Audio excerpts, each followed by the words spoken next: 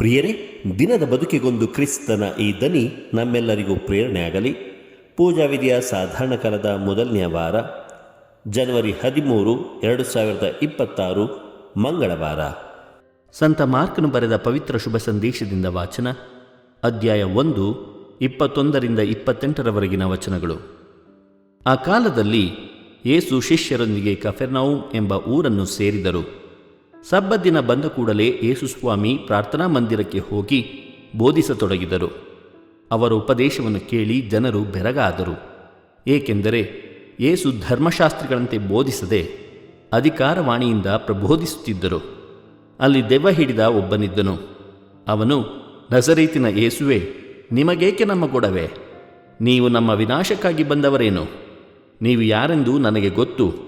ದೇವರಿಂದ ಬಂದ ಪರಮ ಪೂಜ್ಯರು ನೀವು ಎಂದು ಕಿರುಚಿದನು. ಆದರೆ ಯೇಸು ಸ್ವಾಮಿ ಅವನನ್ನು ಗದರಿಸಿ, ಸುಮ್ಮನಿರು, ಇವನನ್ನು ಬಿಟ್ಟು ತೊಲಗು ಎಂದು ಆ ದೆವ್ವಕ್ಕೆ ಆಜ್ಞಾಪಿಸಿದರು.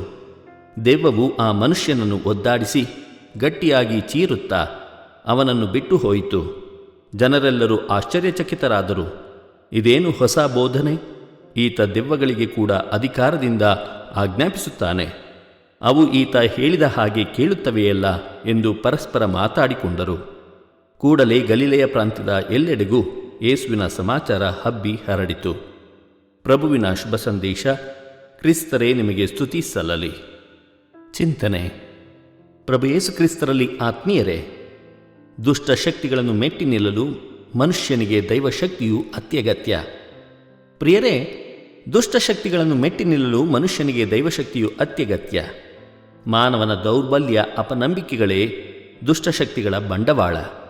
ಕ್ರಿಸ್ತ ತಮ್ಮ ಅಧಿಕಾರವಾಣಿಯಿಂದ ದೆವ್ವಗಳ ಉಚ್ಚಾಟನೆ ಮಾಡುತ್ತಾರೆ. ಇಲ್ಲಿ ಗಮನಿಸಬೇಕಾದ ಅಂಶವೆಂದರೆ, ದೆವ್ವಗಳು, ದುಷ್ಟಶಕ್ತಿಗಳು ಕ್ರಿಸ್ತನ ದೈವತ್ವವನ್ನು ಗುರುತಿಸುತ್ತವೆ.